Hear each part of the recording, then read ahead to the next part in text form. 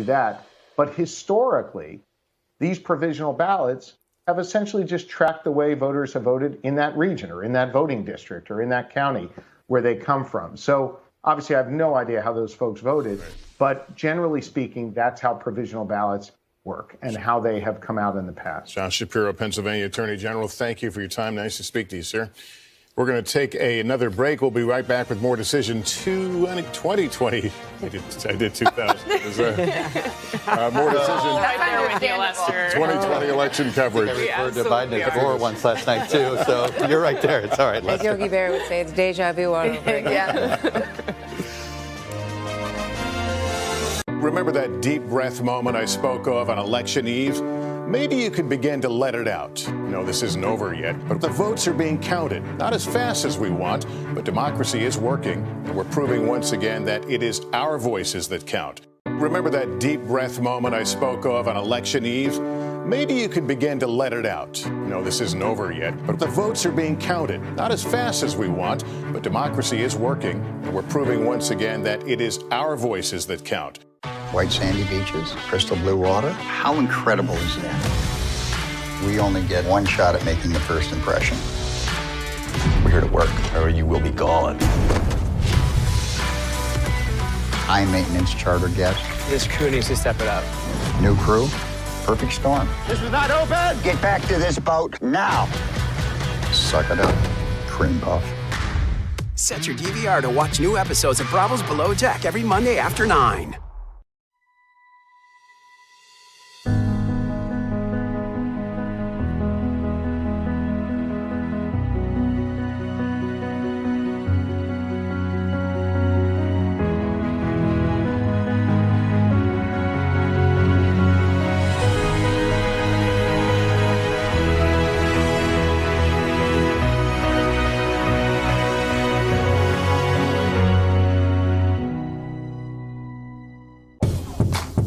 Watching NBC News Now. We've got some breaking news. Are people there concerned about what impact this could have on the election?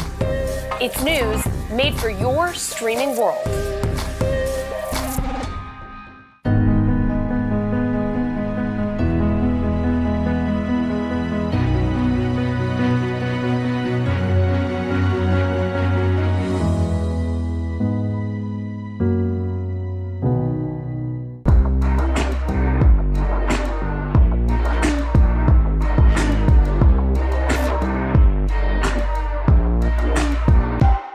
For breaking news in our changing world, download the NBC News app. I didn't know, was my child dead? Is my child passed out? I just kept saying, please be okay, please be okay. You rush your child to the hospital. A woman came in, normal clothes. We get down the hallway, she closes the door.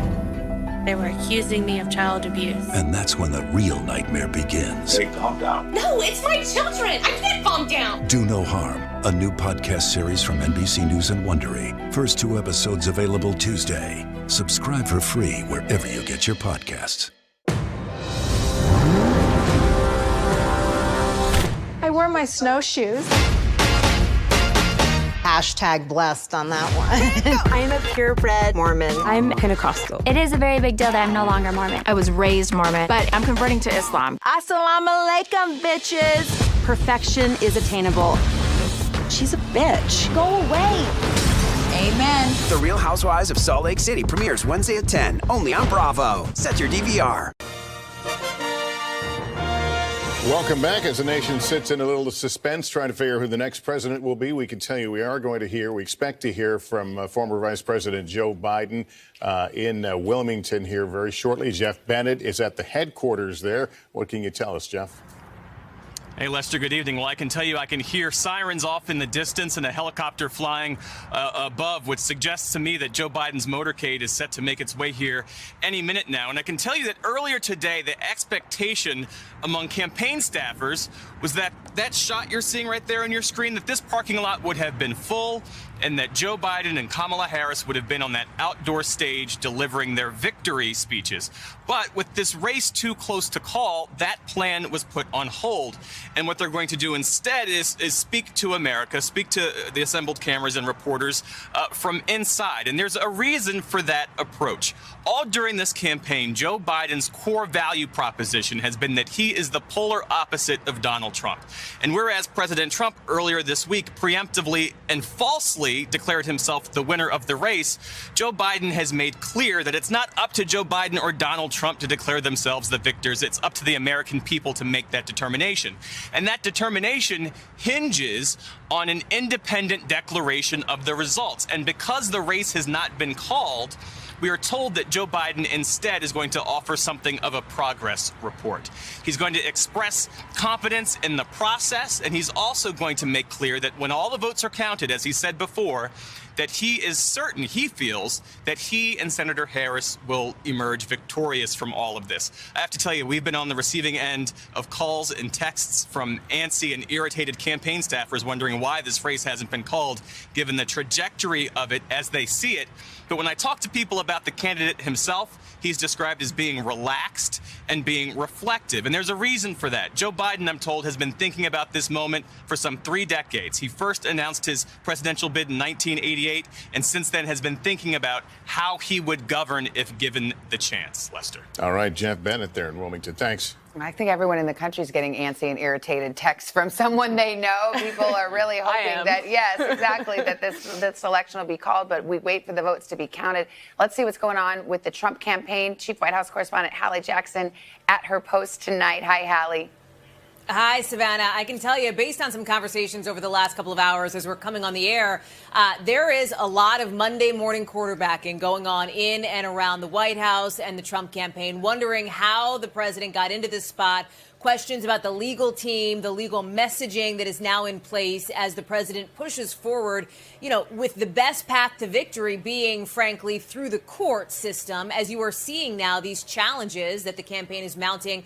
6 different active lawsuits right now in a couple of different states. That is something that is the focus right now for the president. I'm told that President Trump, over the course of the day, has come to understand, based on sources I've talked to tonight, frankly, the grim reality that is in place now, as we're seeing where these numbers are, as we're seeing where the numbers are going. He understands it is an uphill climb. He's not necessarily happy about it as the person who was hoping to win back the White House, but I'm told that he is in this sort of fighting stance, this fighting mode. That is at least the framing that we're hearing about both publicly and privately about this, fighting again through the legal path and figuring out what options are available to him, looking at every possible scenario. It's why we don't expect, if this race gets to this point where it ends up called, and again, it is very clear that we are not there yet based on those antsy and irritated text messages everybody's getting. But if it gets to that point, that's why you should not expect an immediate concession with President Trump. We're told that the president is likely not going to do that until after canvasses, recounts, certifications, et cetera, are done. That's not until, I think the latest one is the beginning of December 1st for the state of Wisconsin. So we're looking at a fairly long path here. What's interesting is that over the last 4 years, we are now sort of in this campaign wrapping up as we did the campaign 4 years ago with factionalism and with finger pointing. That really is the sense of things that we're hearing tonight. All right. Hallie Jackson, thanks so much. We'll be back with more Decision 2020 election coverage right after this short break.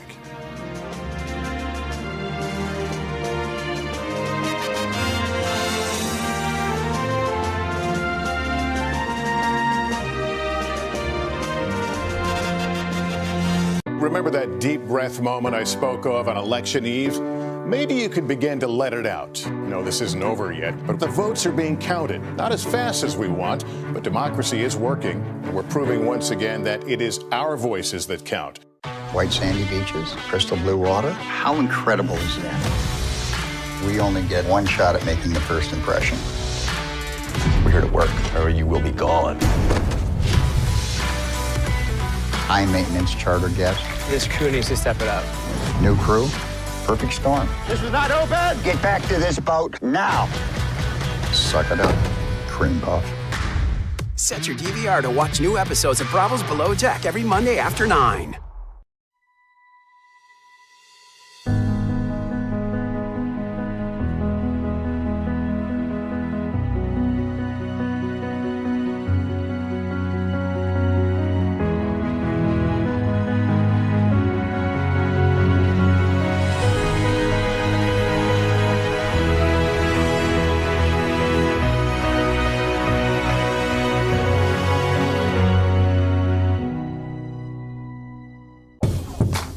You're watching NBC News Now. We've got some breaking news. Are people there concerned about what impact this could have on the election? It's news made for your streaming world.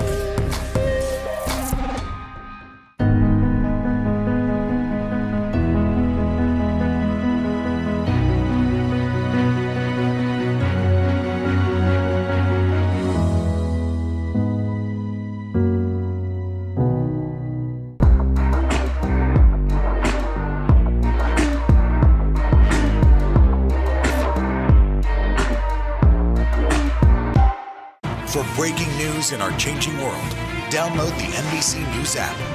I didn't know, was my child dead? Is my child passed out? I just kept saying, please be okay, please be okay. You rush your child to the hospital. A woman came in, normal clothes. We get down the hallway, she closes the door. They were accusing me of child abuse. And that's when the real nightmare begins. Hey, calm down. No, it's my children. I can't calm down. Do No Harm, a new podcast series from NBC News and Wondery. First 2 episodes available Tuesday. Subscribe for free wherever you get your podcasts. I wore my snowshoes. Hashtag blessed on that one. I'm a purebred Mormon. I'm Pentecostal. It is a very big deal that I'm no longer Mormon. I was raised Mormon, but I'm converting to Islam. Assalamu alaikum, bitches. Perfection is attainable. She's a bitch. Go away. Amen. The Real Housewives of Salt Lake City premieres Wednesday at 10, only on Bravo. Set your DVR. Biden headquarters in Wilmington, Delaware, where we expect momentarily to see Joe Biden come out and address, looks like some supporters in the car there, and kind of give us a status update. I think it's fair to say that he was wishing he'd be out here at this time to celebrate victory, but that call has not come right now. But he will be in front of the camera. Yeah, I think that was the plan at the beginning of the day, but Pennsylvania came in and has extra votes that need to be counted, and they're not right there yet, ready to be called. But you were saying, Chuck, I mean, we were sort of making a joke about how people are antsy and irritated and anxious. You know, fair enough. This has been quite a different election in a pandemic. You've had all this mail-in voting. You've got states with 50 different rules, and people are tired of waiting. But you were talking about the ultimate outcome here. So this is what I'm sure is frustrating for people watching this, which is they're looking at, well, Biden leads in all these states, and he doesn't need all of them to get to his 270. Donald Trump needs a lot of things to happen, not just Pennsylvania. And so, and we really have never been in a situation like this where, in some ways, you could be far more certain of who's going to get 270 electoral votes, but less certain about which of the combination of states is going to get him there. And so we are in this unique situation where we're not quite at certainty of Arizona, not at certainty in Nevada, not at certainty in Georgia or in Pennsylvania, but reverse engineer it. It is much harder for Donald Trump to figure out how to reverse this. And here is former Vice President Joe Biden about to take the podium. Good evening, my fellow Americans. We don't have a final declaration of victory yet, but the numbers tell us it's clear, tell us a clear and convincing story. We're going to win this race. Just look at what has happened since yesterday.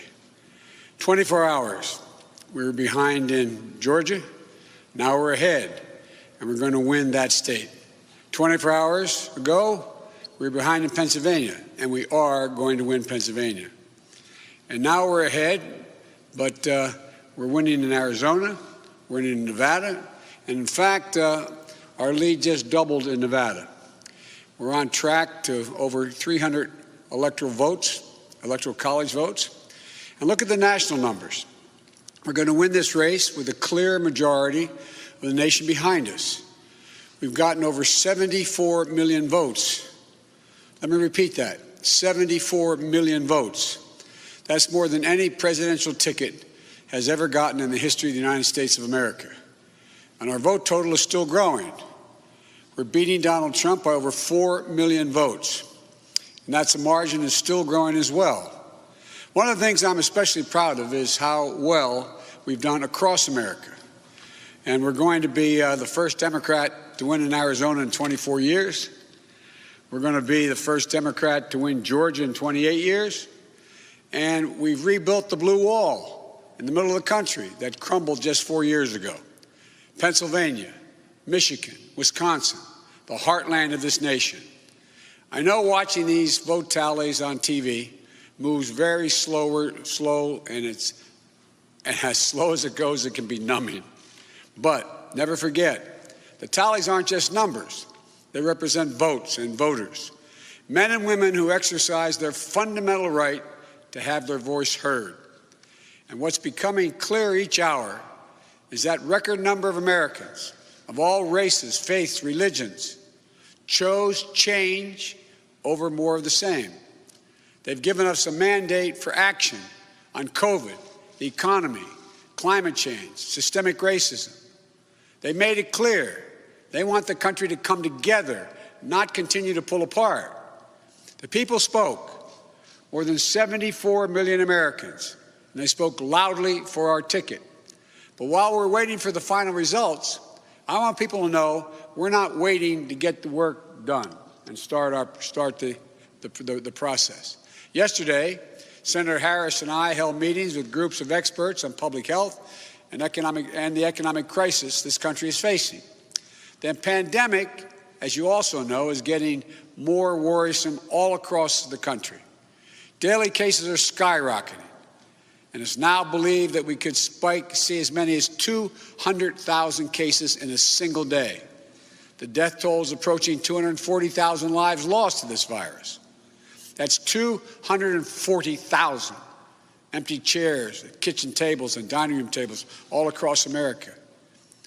We'll never be able to measure all that pain and the loss, the suffering that so many families have experienced. We know something about what it feels like to lose someone. And I want them to know they're not alone. Our hearts break with you. I want everyone to know on day one, we're going to put our plan to control this virus into action. We can't save any of the lives lost, any of those who have been lost, but we can save a lot of lives in the months ahead.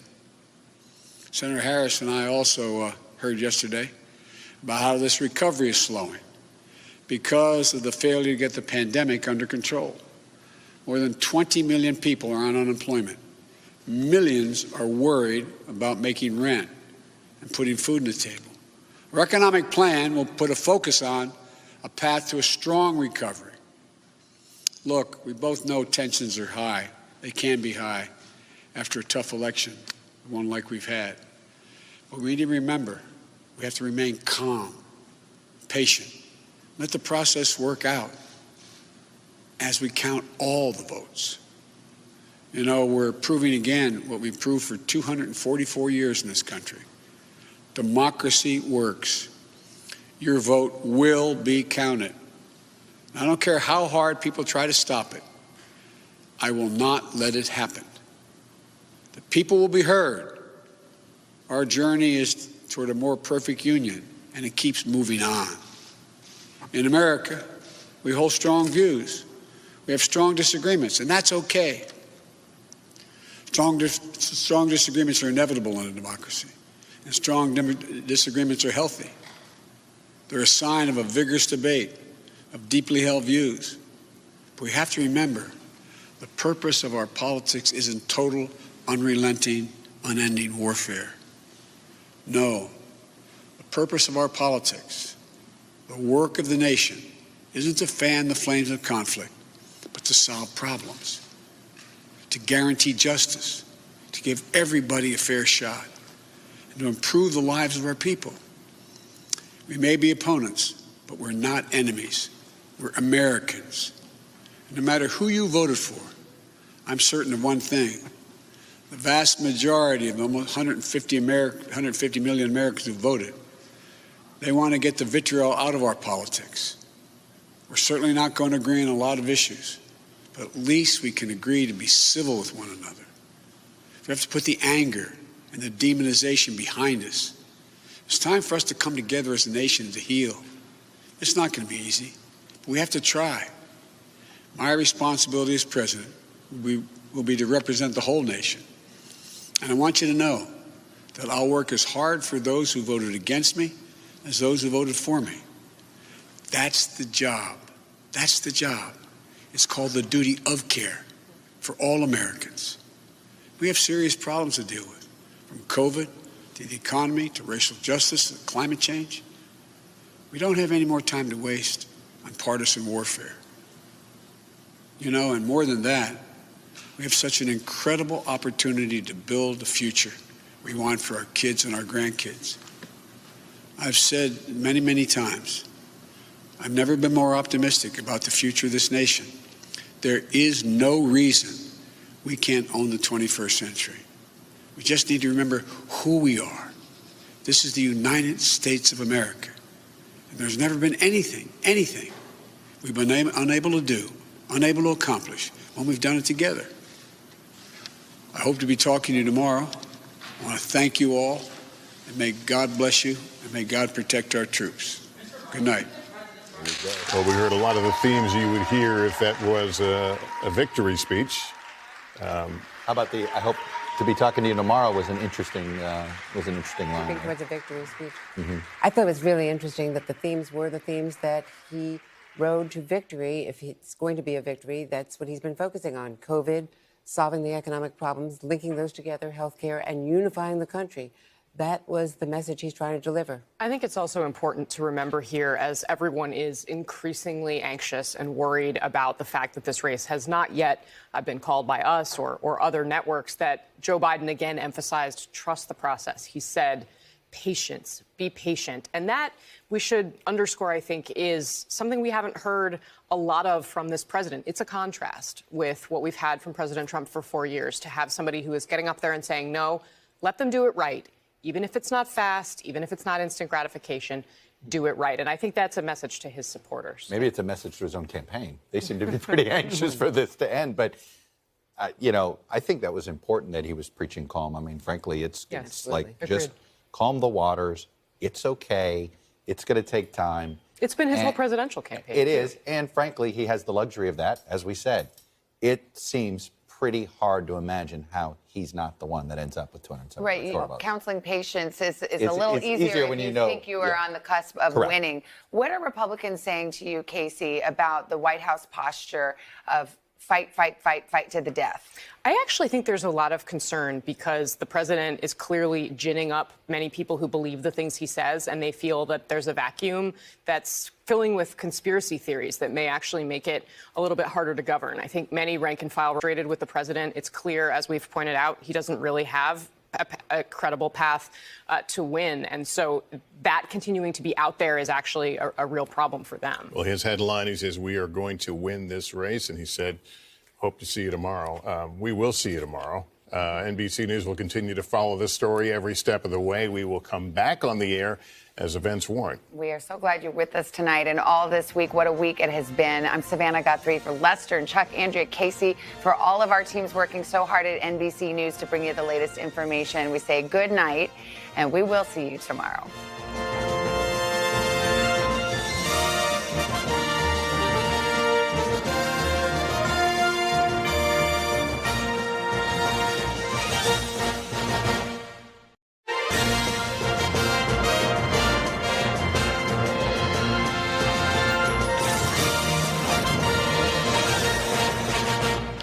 Good evening from NBC News election headquarters in New York, and night 4 for those counting of our special coverage of Decision 2020 as we wait new vote tallies from the key remaining battleground states, all of them still too close to call. Pennsylvania, Arizona, you can recite along with me, Nevada and Georgia. Joe Biden holding a narrow lead in each, with vote counting still underway and the presidency itself in the balance. Yeah, and an anxious nation awaiting a verdict here. On the road to 270 electoral votes, here's where it stands. This is exactly where we were a night ago. Joe Biden with 253, Donald Trump with 214.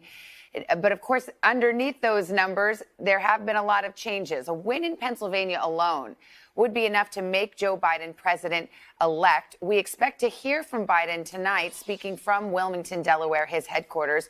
Donald Trump has a much tougher path forward. He can't win without Pennsylvania, and he is continuing to threaten more legal action. He also is making false claims of fraud in the election. We've got a lot to cover tonight. Yeah, our team has assembled. Chuck Todd, Andrea Mitchell, Casey Hunt. Great to have everybody here. With the former vice president speaking tonight, you have to figure he's got 2 pockets, 2 speeches, depending on what happens between now and 10:30. Yeah, the Biden campaign obviously awaiting a network call because they feel that they are leading in the key states and that this is all but over. On the other hand, we're going to get into it with our data expert in a minute. There are votes still being counted. The margins are about as tight as they could possibly be, so we are not ready as a network to call the race. But that brings us to Chuck. Can you let's say someone went to bed last night at 10 o'clock, okay? What has happened in the last 24 hours? Let's find out. Yeah. Oh, wow. And we're jealous of that What's person who went happened to in the bed last at 10 o'clock. I could say this.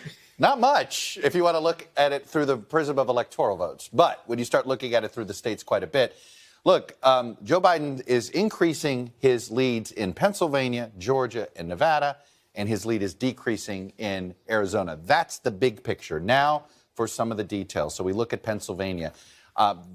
Former Vice President Biden's lead is at 27,000. We've been getting pockets of votes coming in at a somewhat slightly faster than a snail's pace through with the most recent sort of biggest chunk coming from Allegheny County here, where Biden netted another 5,000 votes. But here is the sticky situation, and it's the provisional ballots.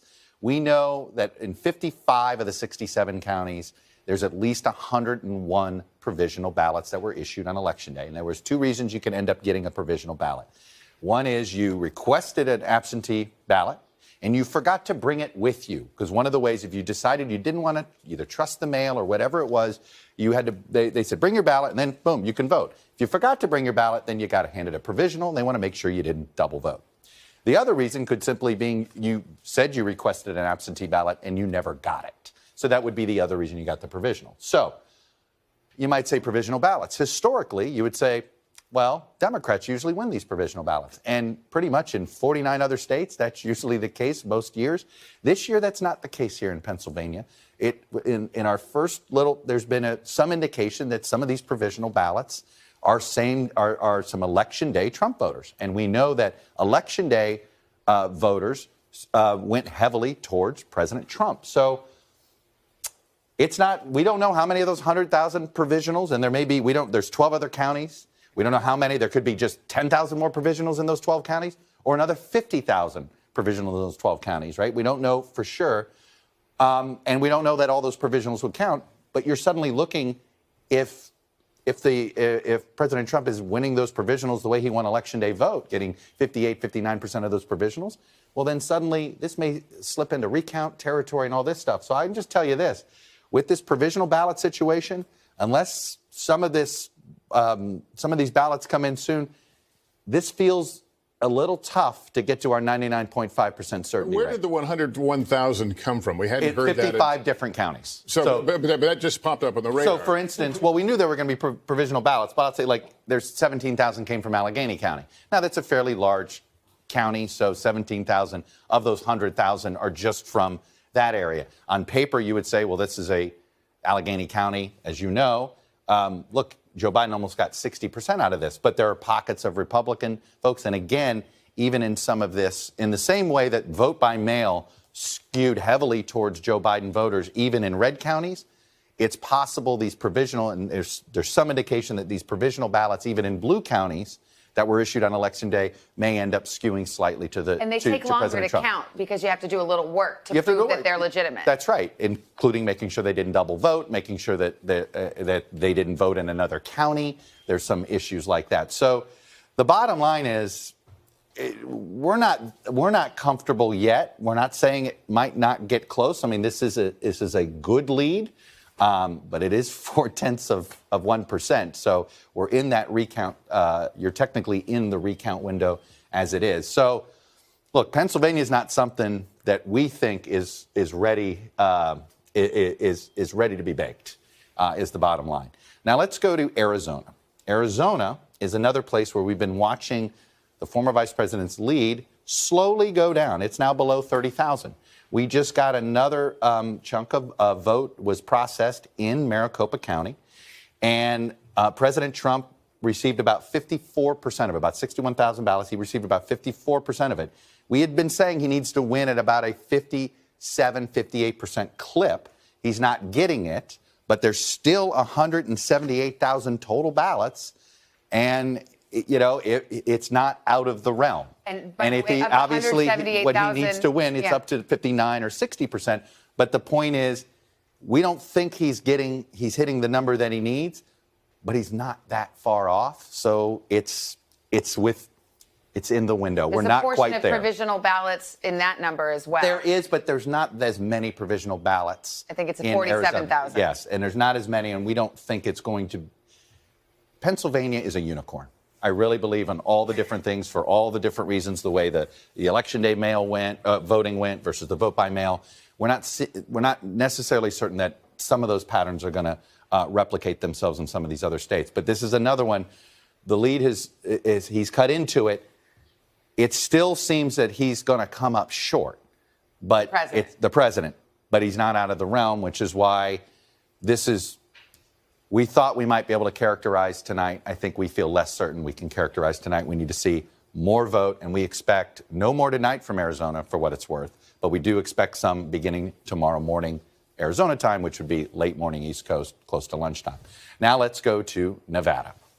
In Nevada, we've been getting some Clark County numbers, and they came in. And if you see here, let me give you the statewide vote.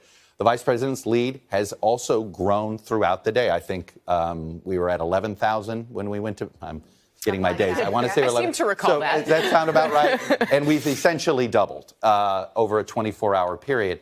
But this is another one where we do have some questions about some provisional ballot situation here. And again, it's the same. Nevada had a same-day voter registration.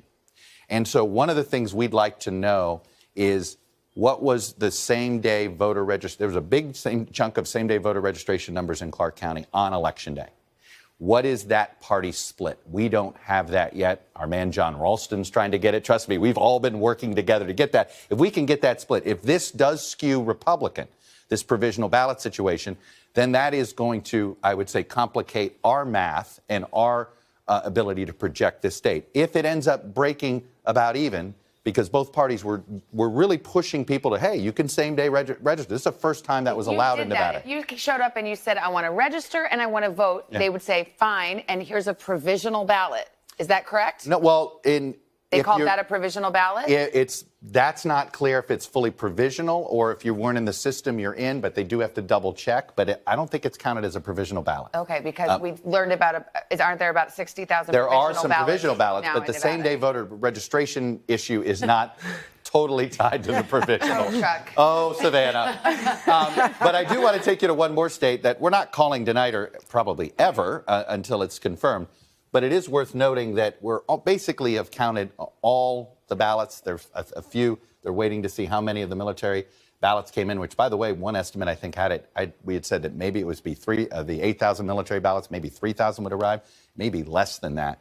But Joe Biden's lead is now, before they said a large high school, 4,300, I'd say that's an extra large high school is his margin. It's really a small liberal arts college. There you go. All right, fair enough. And as you could see, he got such a big lead, he actually is up a tenth of a point. They were tied, essentially, for the last 2 days.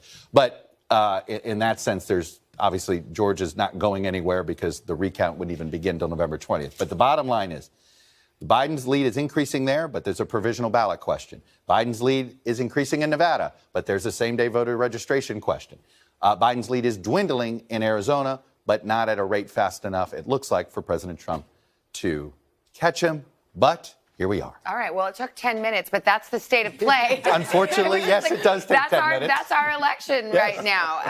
Let's turn to somebody who's got a lot of attention on him right now, whether he wants it or not, the NBC News Director of Elections, John Lipinski. And, John, I just want to put it to you plainly because there are a lot of folks waiting for you. They're waiting for you and your colleagues there to come up with a call. And a lot of them feel that this is close enough that the decision desk should be able to make that call. We kind of just went through it with Chuck, but can you explain why it is and what level of certainty you really have to attain in order to make a projection that a race has gone one way or the other? Yeah, we need to be 99.5% confident. And, basically, listening to Chuck, it makes me feel like I might be here for a while. And so what really sort of what the issue here is that we need to make sure that we're 99.5% confident that the person who's leading isn't going to be caught by the second candidate.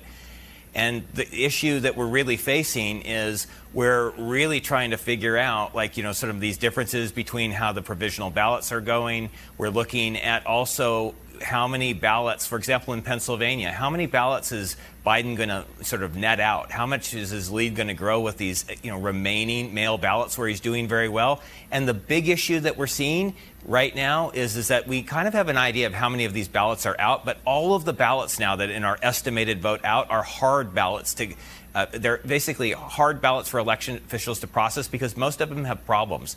And we're going to see a lot of rejections. And so that's why there's this uncertainty. We know that President Trump is going to net ballots in Pennsylvania, for example, in the provisionals. Biden's going to net ballots in the remaining mail ballots. But we don't have a really good sense yet of how many of these provisionals will be rejected and how many of these mail ballots will be rejected. I mean, we have a ballpark idea, but not a full, a hard number. Had you factored in that large number of provisional ballots, or did that take you by surprise, that number, and did it slow down your analysis of Pennsylvania? I think that the large number wasn't that much of a surprise just because of a lot of the changes that have happened in this COVID era and how elections are administered. But what did surprise us is that, provisionals usually break Democrat, and we are not seeing that at all in Pennsylvania. We're definitely seeing those provisionals look a lot like Election Day vote, and President Trump did really well in that. And so we're factoring that in. So that's why this lead right now in Pennsylvania, while it's growing right now for Vice President Biden. It's going to be chipped away at once those provisionals are started to count in serious ways, because the only provisionals that have been counted so far are in the really small and primarily Republican counties. They haven't started counting provisionals in Philadelphia. They're going to start doing that Monday and Tuesday. Can I just ask you, because of the world we live in right now, are you being any more or less cautious this year than you would any other year?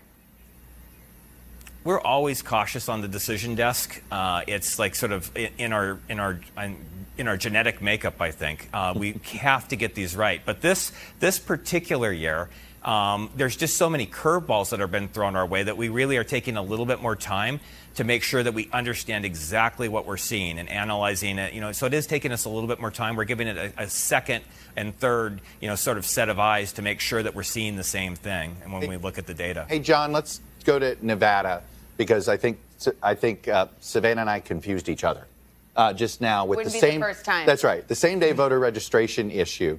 She actually brought up a good point. She stumped me. She goes, well, shouldn't those be provisional ballots if you've agreed to register vote the same day? This is new for Nevada. Explain this same day voter registration issue. People were registering to vote they could register the second they voted any day they chose to vote in Nevada. But it's Election Day itself that we're looking for. But are those provisional ballots if you are a new registered voter? Okay. So then they have to go through extra scrutiny? Yeah, they do. I mean, but not all provisionals are treated equally. And also, Chuck, they were provisionals if they decided to change their registration also. So you could do two things, right, in Nevada. You could either register sort of as a new voter, or you could change your registration. We saw a fair bit of that. But they are counted as provisionals, and we'll have to just see. So in those provisionals, they may behave quite differently as what we are seeing in Pennsylvania, because they're different, right? And so that's what we're seeing, a lot of variation across the states. What's happening in Pennsylvania, not the same thing necessarily in Nevada.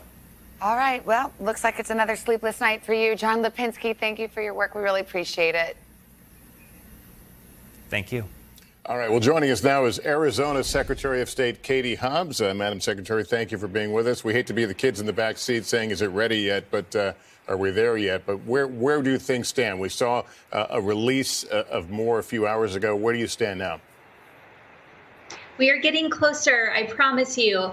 As Chuck just said a few minutes ago, Arizona's got about 175,000 outstanding ballots. 92,000 of those are in Maricopa County.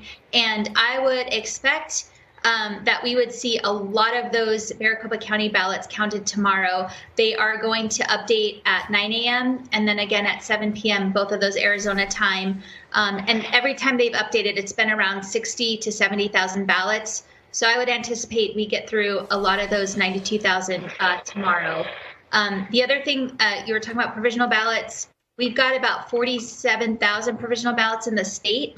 I think it's really important to note that not all of those ballots are counted, because the reason they're provisional is we don't know if those voters are eligible to vote or not, and that has to be verified. And our counties have 5 days after the election, 5 business days. So a lot of those won't be ready to count until Tuesday.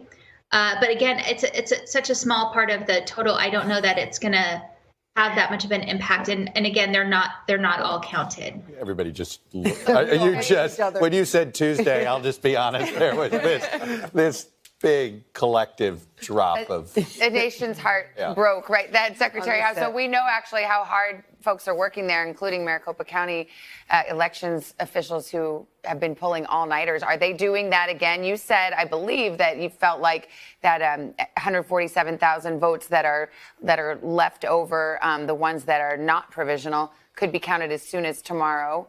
Are they working all night again?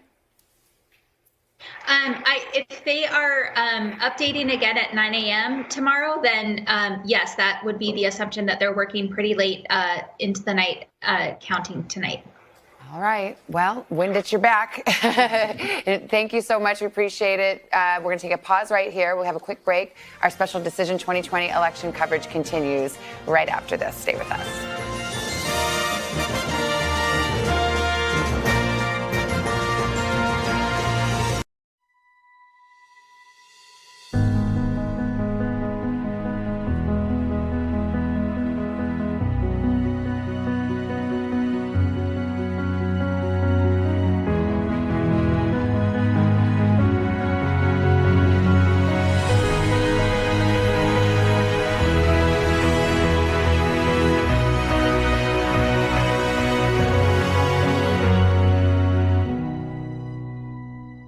Remember that deep breath moment I spoke of on election eve?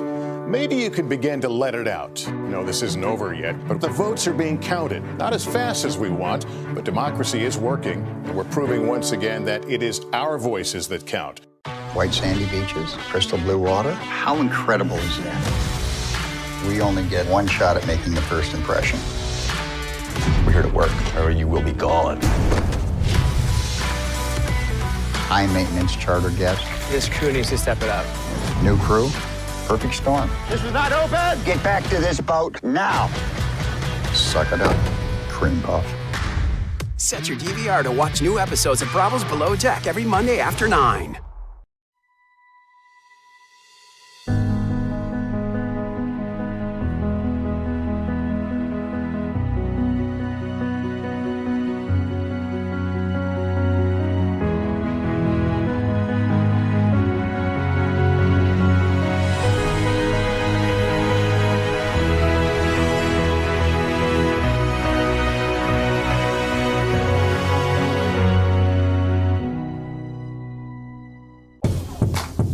Watching NBC News Now. We've got some breaking news. Are people there concerned about what impact this could have on the election?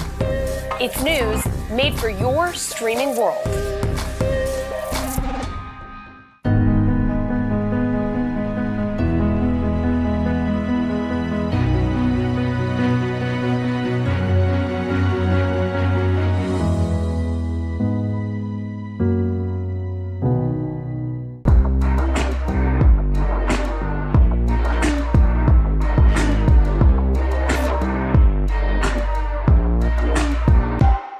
For breaking news in our changing world, download the NBC News app.